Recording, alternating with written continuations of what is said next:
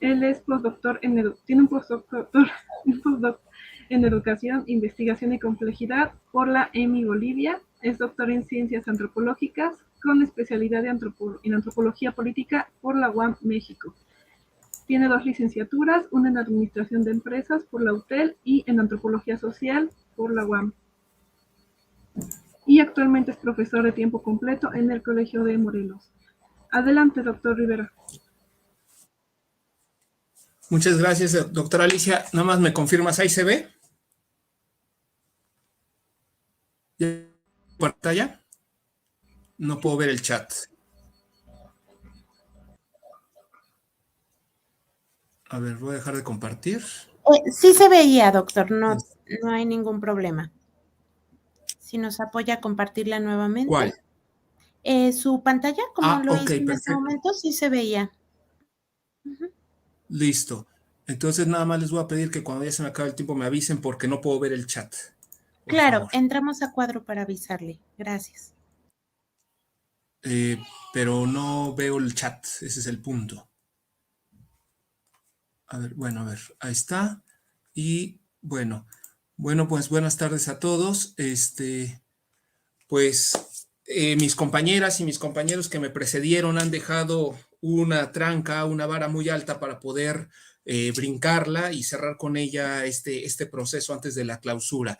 Bueno, pues el día de hoy yo quiero hablarles de un modelo, el modelo no lineal sobre conflictos sociales de escalada. Título rimbombante, pero que nos lleva a la siguiente reflexión.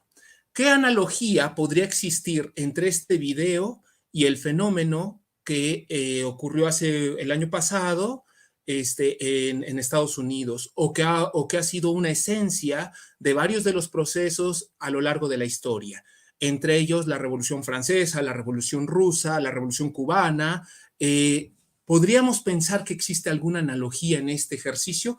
Ese será el reto que tendremos que descubrirlo el día de hoy con esta conferencia de cierre, la cual tiene por objetivo que a partir de una serie de diálogos epistémicos comunes entre algunos de los representantes de las teorías de la antropología del poder, de la psicología de masas sociales y la teoría general de sistemas, se pretende formular una propuesta de modelo no lineal que permita un acercamiento a la comprensión de los conflictos de masas y movimientos sociales de escalada. Bueno, dicho lo anterior, debemos considerar que, como ya lo han señalado mis compañeros anteriormente, la intencionalidad de la complejidad es, primero, como ya se ha dicho en la conferencia magistral del segundo día, la complejidad se puede decir que es la libertad de pensamiento, como diría Kant, pero también yo le agregaría hacerse responsable del pensamiento que uno está haciendo, de la creencia y de la libertad de cátedra, como fue la herencia de la Ilustración. Entonces, en ese sentido, debemos partir del hecho de que las teorías de la complejidad reconocen que no todo fenómeno puede ser complejo y, por lo tanto, no se puede meter al canon de complejidad como sinónimo de complicado.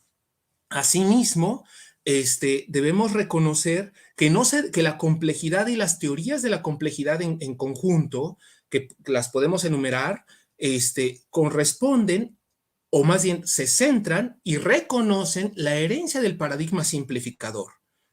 Esto es fundamental porque muchas veces se ha caído en una suerte de dogmatismo de que como ya se está investigando supuestamente en teorías de la complejidad, entonces ya tenemos que tirar de balde o tenemos que tirar de fondo los aportes de la física mecánica o de la química clásica o de los estudios sociales básicos o de las investigaciones sociales del siglo XIX, del siglo XVIII, del siglo XVII. Eso sería un absurdo, porque entonces lo traducimos a la siguiente manera: quitémonos la ropa, vámonos a las cuevas y a ver si con buena suerte descubrimos nuevamente el fuego. Es una tontería el desconocer que nosotros somos herederos del paradigma simplificador, nos hemos formado en ese paradigma, pero también las teorías de la complejidad no vienen a desconocer eso, solamente vienen a decir que hay parámetros que son llamados las ciencias de frontera, en donde el paradigma simplificador ya no alcanza a responder con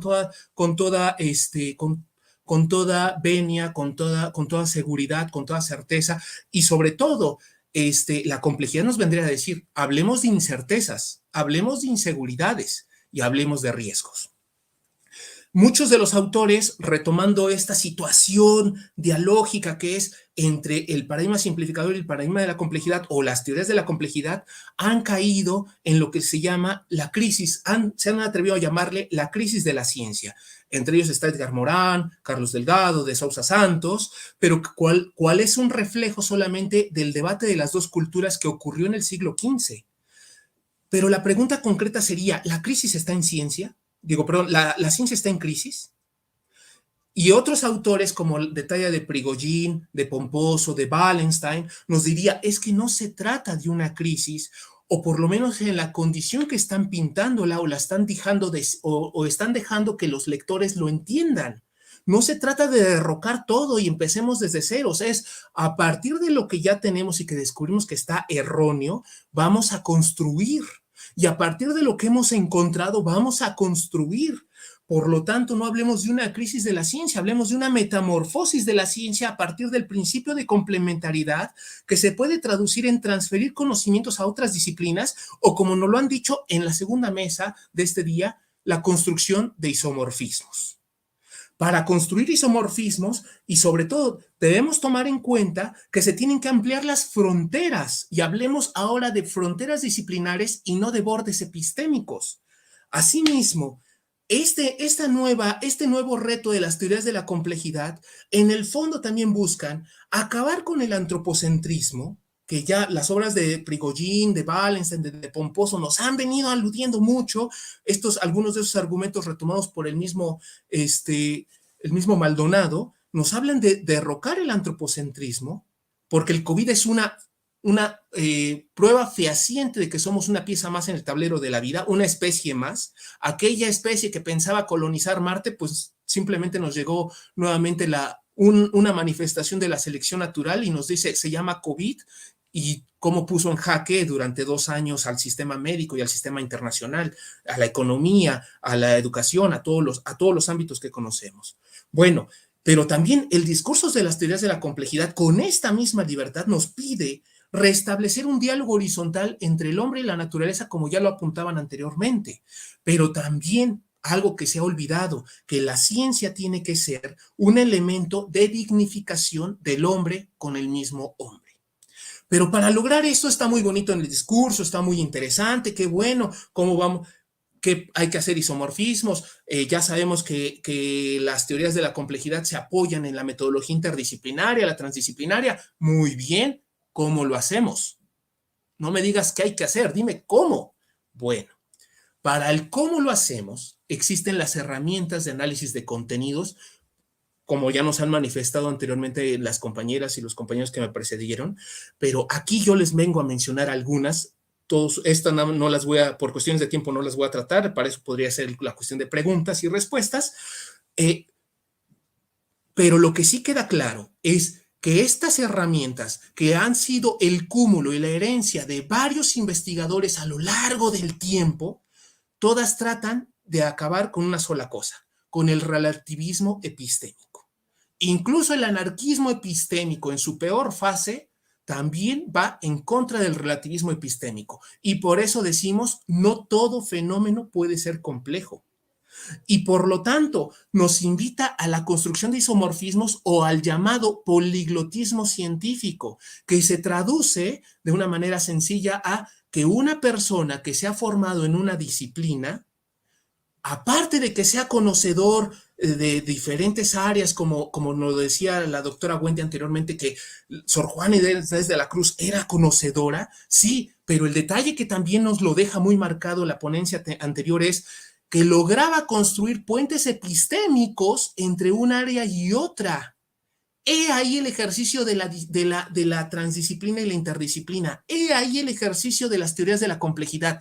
Cómo construimos esos puentes dialógicos, esos vasos comunicantes entre disciplinas que ya no se hablan, entre investigadores que no se tratan. Entonces el poliglotismo científico, que viene a ser como un resumen, un cúmulo de todas estas herramientas de análisis de contenido, concretamente es que un investigador que conoce, que se formó en una disciplina con la que sea capaz de conversar con los alter, o sea, con sus opuestos en los términos y en los conceptos que ellos mismos manejan. Que el físico sea capaz de hablar con el sociólogo usando los mismos términos que utiliza la sociología, y que el sociólogo juegue en el mismo ejercicio con la física, con la química, con la biología. Qué interesante podría podría volverse ser un políglota científico. Ojo, aquí no es relativismo, que todo cabe, ¿eh? Para eso, para lograr el poliglotismo científico, necesitamos pasar por esta transición de diálogo de saberes, de análisis de contenidos, donde a pesar de que tenga números romanos en descenso, no significa que uno sea mejor que el otro. Todos estos se pueden tomar en diferentes momentos e incluso se pueden hacer combinaciones entre ellos cuando se trata de los análisis de contenidos o los análisis teóricos. Bueno, por cuestiones de tiempo no me puedo detener en esto porque quiero pasar más adelante. Bueno, y entonces partamos de otra cosa. Las sociedades, ya nos lo habían dicho, son sistemas abiertos termodinámicamente disipativos. ¿Y por qué son termodinámicamente disipativos? Porque todo el tiempo están soltando energía. Como bien ya había un debate después de la conferencia magistral, no podemos hablar de cuestiones de sustentabilidad porque la cantidad de recursos que invertimos para recuperar, para reciclar, muchas veces supera la ganancia. La inversión supera la ganancia de lo que vamos a lograr.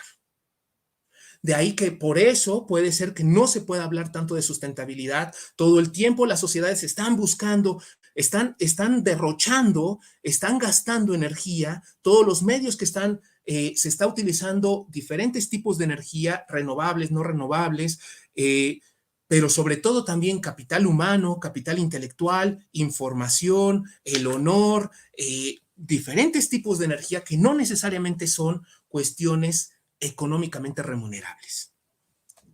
Pero lo más importante de todo esto es que las sociedades siempre están interesadas en obtener más recursos. Y por eso todo el desarrollo científico se ha enfocado a dos fuentes: a la producción de alimentos y al desarrollo bélico. ¿Por qué razón? Porque la historia de la humanidad nos ha dicho que todos los sistemas políticos, económicos, sociales, buscan pasarse por encima de otros sistemas vecinos para lograr su propia subsistencia. A eso Lenin le llamaba el superimperialismo. A eso Marx le llamaba la explotación. A eso otros investigadores, y ahí tenemos otros discursos contemporáneos, donde se justifica o se busca justificar la intervención a países extranjeros a pesar de estar kilómetros de distancia.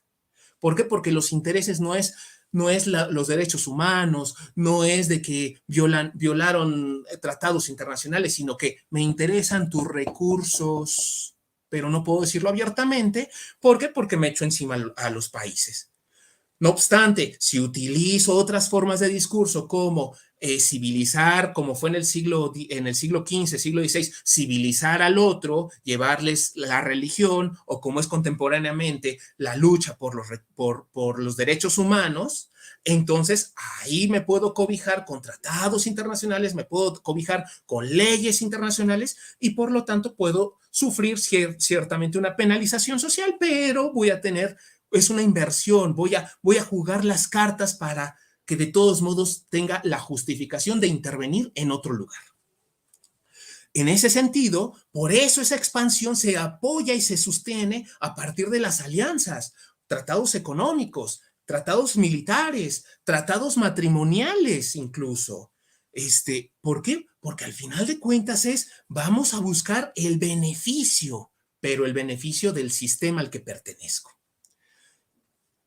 ya que todo se traduce en una búsqueda de recursos negentrópicos de subsistencia o, en este sentido, de mantener el poder.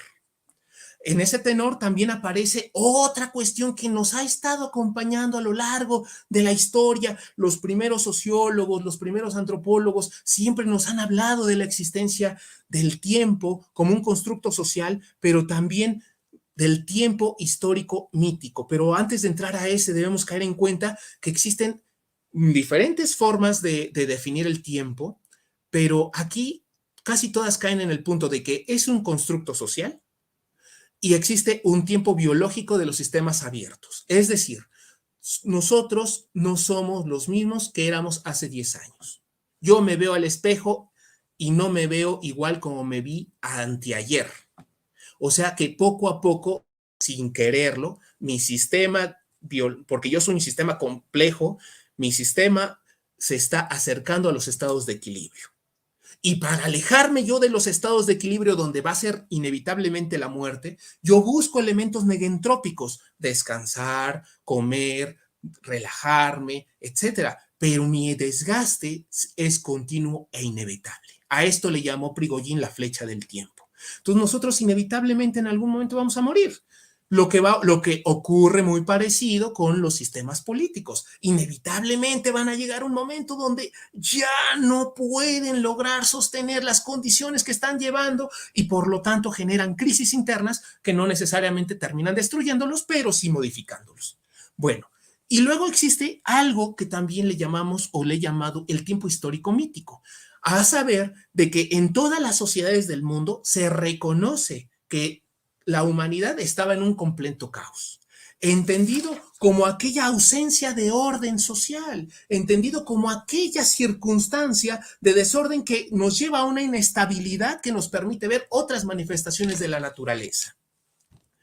Y entonces, ¿qué ocurrió? Todos los mitos que dialogan a la par de manera que de manera dialógica se encuentran con las celebraciones rituales, con los teatros sociales en términos de Balandier, buscan establecer o hablar de cómo es de que se estableció o se fundó un orden, donde esa época de caos generalmente estaba asociado a gobiernos femeninos. En casi todas las culturas del mundo siempre hablan de una época, de una etapa que gobernaban las mujeres, que gobernaba el ente femenino, y que de repente, por alguna cuestión azarosa, generalmente la torpeza de alguna de los miembros de ahí, de las chicas que eran miembros de esas comunas, el hombre descubre y recupera ciertos elementos que le permiten empoderarse de la situación y por lo tanto crea celebraciones rituales, teatros sociales, pero queda todo eso en una cuestión mítica. O sea, debemos ver todo eso en un solo plano. El mito que se vive en el ritual y que se transforma en espacios urbanos. El ritual se vive dentro de espacios urbanos y la misma calle que transitamos en un contexto puede tener otra connotación. Y por lo tanto, esta trilogía, este diálogo nos lleva al restablecimiento del orden, donde lo más importante de este diagrama es de que es atemporal. No ocurre como ha ocurrido, por ejemplo, en Semana Santa, en la delegación de Iztapalapa, se revive la última cena, se revive la crucificación de Cristo, sin importar tiempo y espacio. En otros lugares se reviven los actores, se reviven a los fundadores de la patria, se vuelven a encarnar los creadores de la patria, sin importar el tiempo y el espacio. A esto se refiere el tiempo histórico mítico, que todo el tiempo estamos jugando en una cuestión de desorden, una reordenación mítico, celebracional, rituálica, que está manifiesta en teatros urbanos y nos lleva a un orden, de una manera dialógica y cíclica. Bueno, no me detengo tanto en esto. Y luego vamos a hablar de los modelos. Un modelo entendido como aquella representación, aquellos elementos que nos enfatizan las cualidades de los componentes que interaccionan. Pero lo que me interesa de los modelos es que no es la primera vez, y aquí empiezan los primeros isomorfismos teóricos que no fueron míos, sino son de otros autores muy conocidos. Empiezan los primeros isomorfismos de algunas propuestas teóricas que nacieron fuera de las ciencias sociales, pero que se importaron, no de manera total, pero o de manera parcial, o la idea se importó a las ciencias sociales. El primer isomorfismo lo tenemos con las obras de Lévi-Strauss en las estructuras elementales del parentesco, donde inspirado en el átomo de hidrógeno, que es el átomo más sencillo de la tabla periódica, a él se le ocurrió formular el principio del átomo de parentesco que está justamente abajo de la imagen del hidrógeno, donde del lado izquierdo observamos que aparecen cargas positivas y negativas. Entonces podemos empezar a pensar que los agentes, donde los triángulos son varones y los círculos son mujeres, que los agentes juegan con cargas. Pero esas cargas no significan estas cuestiones energéticas y todo esto de los nuevos discursos New Age que están apareciendo, sino que refieren a cómo son las relaciones sociales. Una relación positiva es una relación amistosa, amable, fraterna. Una relación negativa es una relación tirante, donde el principio del átomo de parentesco significa que es una mujer, un varón cede voluntariamente a través del principio del incesto, cede a su hermana a otro varón mediante matrimonio para procurarse una descendencia. Inversamente, ese varón que ha recibido a una hermana tendrá que ceder a su propia hermana. Si cambiamos la lógica para cuestiones feministas o cuestiones de género, para evitar confrontación contemporánea con las ideas del patriarcado y el matriarcado, entonces, si cambiamos los agentes, entonces tengamos una mujer que a partir de la negación, a partir de la regla del incesto, regala a su hermano a otra mujer, cuya segunda mujer ha negado tener relaciones sexuales con su hermano porque lo ha regalado a otra tercera mujer. Y no pasa absolutamente nada. El modelo se sostiene, las cargas siguen siendo presentes, podemos hablar de que son relaciones por lo menos en cargas parentales en equilibrio, y esto solamente es una pequeña representación de un diagrama isomórfico que hizo Lévi-Strauss al respecto y que ha sido parte de los principios de parentesco que en la actualidad se siguen manifestando. Bueno, en la segunda parte tenemos el demonio de Maxwell, que nos alude a esta cuestión de la cinética de gases, donde se suponía que hay partículas que son cada vez más rápidas, hay moléculas que son más rápidas y hay otras más cortas, y aparecía un ente que podía separar las que eran más rápidas de las más lentas. Y supuestamente esto iba en contra de la segunda ley de la termodinámica, que era la entropía. No obstante, después se descubrió que el hecho de ese ente que se suponía que podía diferenciarlas, pues hacía un trabajo, y al hacer un trabajo, obviamente había entropía. Se descubrió que la propuesta del demonio de Maxwell era errónea, pero para las ciencias sociales, desde la óptica de Pierre Bourdieu y Passeron, les llamó la atención la lógica de esa selección de partículas veloces y lentas, e hicieron un diagrama parecido al que yo tengo en la mano del lado derecho, en donde dijeron, y también ya se comentó en alguna mesa, en alguna de estas exposiciones del día de hoy, que ¿por qué no cómo explicar el por qué los capitales sociales, simbólicos, culturales, económicos, y cómo es que intervienen toda esa serie de capitales en el egreso y en el ingreso de estudiantes de la universidad? O sea, ¿por qué si yo tengo 100 estudiantes que están a nivel básico, por qué de esos nada más me llegan 2 a la universidad o me llegan 3?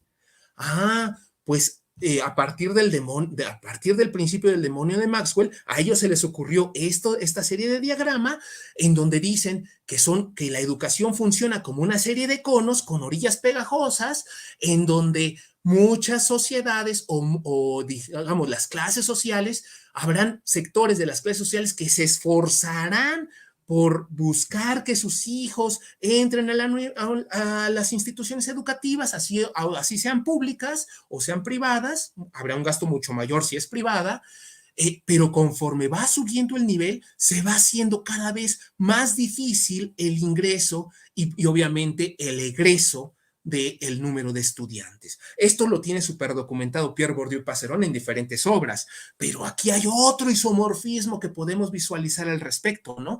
Les digo, no son ideas mías, originalmente estas fueron pensadas por otros investigadores. Al último voy a tener la oportunidad de presentar una idea mía. Bueno, otra expresión que ha habido, no olvidemos el demonio de Laplace, donde dice que si nosotros observamos una partícula, podemos ver, o si nosotros arrojamos una pelota, podemos imaginar dónde va a caer o cuál es la ubicación que va a caer, o podemos ver su trayectoria, pero no podemos ver o no podemos calcular al mismo tiempo la velocidad y la posición. O sea, no podemos jugar con variables, pero no podemos saber al mismo tiempo qué velocidad tiene y en qué posición se va a encontrar, porque va cambiando. Bueno, ese principio del demonio de Laplace, visto en sentido contrario para los administradores de los procesos, para los de la APO, para los interesados en la administración por procesos de planeación por objetivos, pensaron, bueno, ¿y qué ocurriría si vemos el demonio de Laplace en sentido inverso? Es decir, si nosotros tenemos un déficit económico que fue la conclusión o fue el efecto o fue el resultado de un proceso, entonces nosotros hagamos, como ya lo habían dicho en una mesa, en una conferencia anterior, hagamos un diagrama donde, recuperando el esqueleto del pescado, donde la cabeza será la consecuencia, hagamos un diagrama histórico retrospectivo para ver qué condiciones fueron las que aparecieron, cuáles fueron los elementos, cuáles son los miembros, cuáles son los elementos que se fueron sumando para llevarnos a esa condición, para que en el futuro no repitamos el mismo esquema. Este modelo que se ve de manera retrospectiva ha ahorrado millones a partir del principio de la APO. Millones en las empresas. Y todo el modelo nace desde que abrieron un pescado y se les ocurrieron, bueno, ¿y por qué no lo vemos? Pero una traducción inversa es el demonio de Laplace. Yo creo que más bien ahí hubo, nos cuentan Peter Drucker y otros administradores que en realidad se inspiraron por un pescado cuando se fueron de pesca. Pero yo en realidad pienso que sí fue eso, pero también por ahí a alguien se le debe haber ocurrido, porque todos los elementos vienen y suman, a la propuesta de Laplace, pero en sentido inverso. O sea, ¿cómo llegamos a un punto? Bueno, veamos cuáles fueron los elementos, cuáles fueron las confluencias, cuáles fueron las sinergias, cuál es la dialogía de todo este proceso, cuáles son los miembros que participaron para llegar a este resultado, con la intención de que si empezamos a ver condiciones parecidas a lo que ya vimos que nos lleva a una catástrofe, entonces evitemos esa ruta. Finalmente, análisis de situación social. Este es un modelo que se pensó netamente en la antropología y por algunas razones del destino, ahora es lo que se llama teoría de redes o del WhatsApp o de la Internet en la actualidad. Debo de mencionar que el análisis de una situación social fue una propuesta metodológica que hizo Max Klugman en los años de 1930, 1940, pero ahora ya lo tenemos matizado completamente en las redes sociales. No tengo que dar mayor explicación, solamente que la diferencia que radica entre el análisis de situación social y las redes es de que en el análisis de situación social se analiza sujeto por sujeto el rol que juega en cada una de las instituciones de una situación concreta o de un fenómeno complejo concreto. Un proceso social concreto.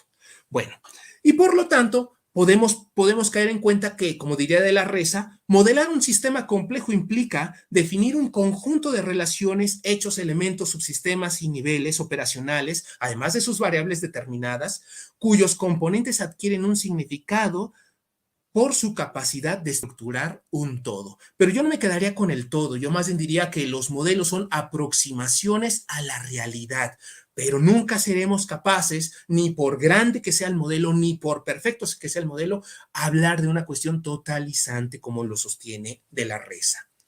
Otro modelo que ha sido más, que muchos de los teóricos han trabajado, lo han presentado, pero nadie lo había diagramado, ese sí diagrama me lo adjudico yo, es el modelo de los dramas sociales.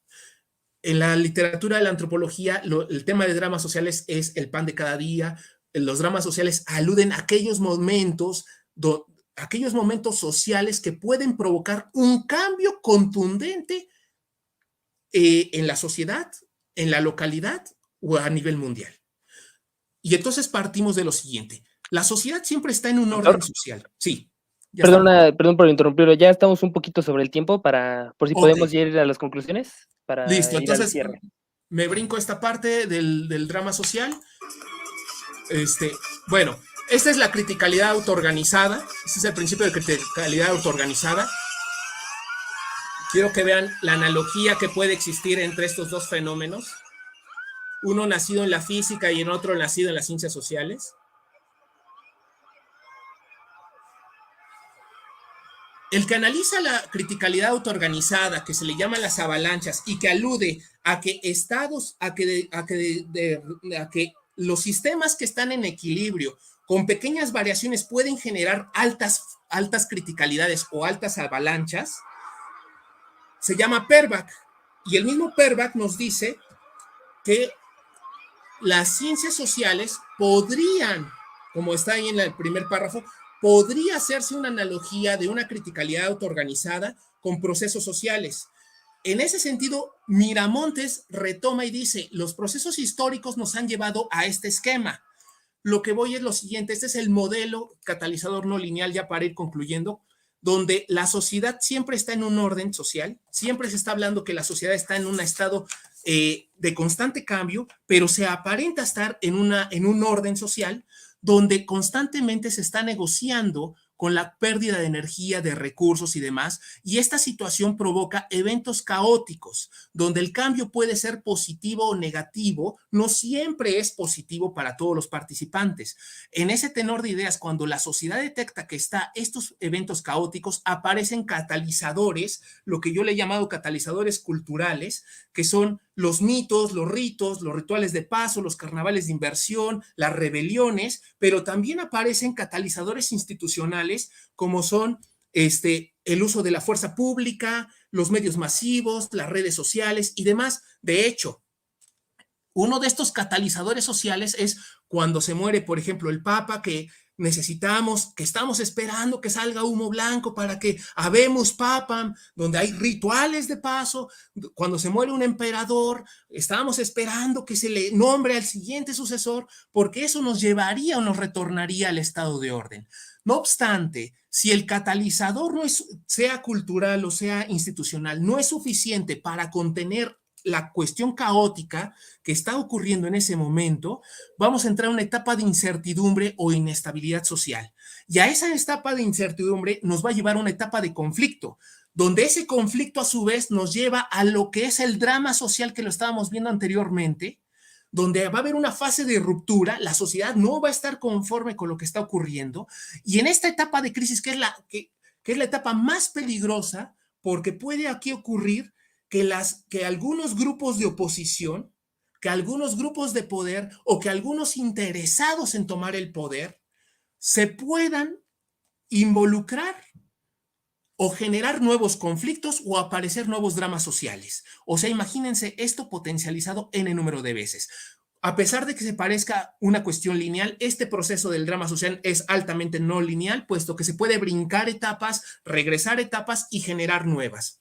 Por lo tanto, el estado de crisis puede provocar, aquí es donde se ven las lealtades, se ven las oposiciones, se forman los bandos, pero el punto fundamental y el catártico ocurre que si empiezan a existir masas sociales que son completamente diferentes a las multitudes, y estas masas sociales son homogéneas en términos de Richard Adams, es decir, dependen completamente de relaciones de parentesco, de relaciones de alianza, de relaciones políticas y demás, podría provocar, si son masas sociales homogéneas, podrían provocar movimientos sociales de escalada, que es lo que ocurrió con Donald Trump cuando hizo esos movimientos. Fue la confluencia de masas sociales homogéneas, pseudo radicales, neonazis, antimigrantes y demás, pero hubo una confluencia de ideas, hubo una ideología de confluencia de ideas que provocaron que las ideas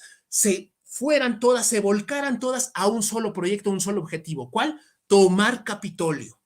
Esto lo podemos ver en la historia con la toma de la Bastilla, con diferentes movimientos históricos que se han desarrollado. Bueno, pero entonces estamos en la etapa de crisis donde puede ocurrir este proceso. No obstante, aquí en la fusión y fisión social es cuando se trata de lograr o buscar un equilibrio, un estado de un procedimiento de reajuste donde las instituciones que sobrevivan o utilizan mayor fuerza o las derrocan o pasamos a nuevas formas de gobierno. Por lo tanto, todo esto que les estoy marcando, que es el drama social junto con este movimiento masivo que está abajo, es lo que se le llama o le he llamado el drama crítico autoorganizado. Esos movimientos masivos de masas que pueden ocurrir, pero solamente cuando son masas homogéneas. Porque si nos encontramos con masas heterogéneas, los participantes se suman y se retiran a voluntad. Lo que no ocurre cuando alguien tiene, es que estoy en ese movimiento, estoy ahí porque está mi primo, porque está mi compadre, porque ya le prometí a fulano, porque ya me compraron el voto, por lo que quieran. Entonces, ahí es donde se juega eso, y esto es lo que puede generar los movimientos sociales de escalada, pero a final de cuentas, en ambos casos, se recurra o no a movimientos sociales de escalada, caigan en dramas sociales o dramas críticos autoorganizados, la sociedad va a llegar a una etapa de reintegración social donde quién sabe si se va a respetar las instituciones que estaban o se van a generar nuevas, como ocurrió con el gobierno de Gaddafi o como ha ocurrido en otras tomas del Estado, donde la población, el muro de Berlín es otro ejemplo que puede circular en este ejercicio, donde las masas se organizaron con un solo objetivo, pero no solamente con un solo objetivo, sino que era, quiero participar del derrumbe del muro de Berlín porque del otro lado está mi familia. Bueno, ya con eso concluyo, me lo llevé muy arrebatado, ya video ya lo vieron, me lo brinco y les agradezco por su atención.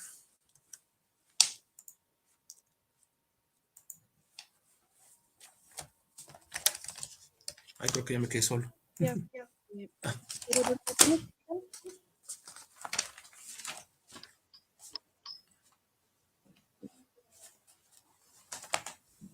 Ok. Bueno, vamos a dar inicio con la sección de preguntas. Vamos a los ponentes en pantalla. Falta el doctor José Alejos.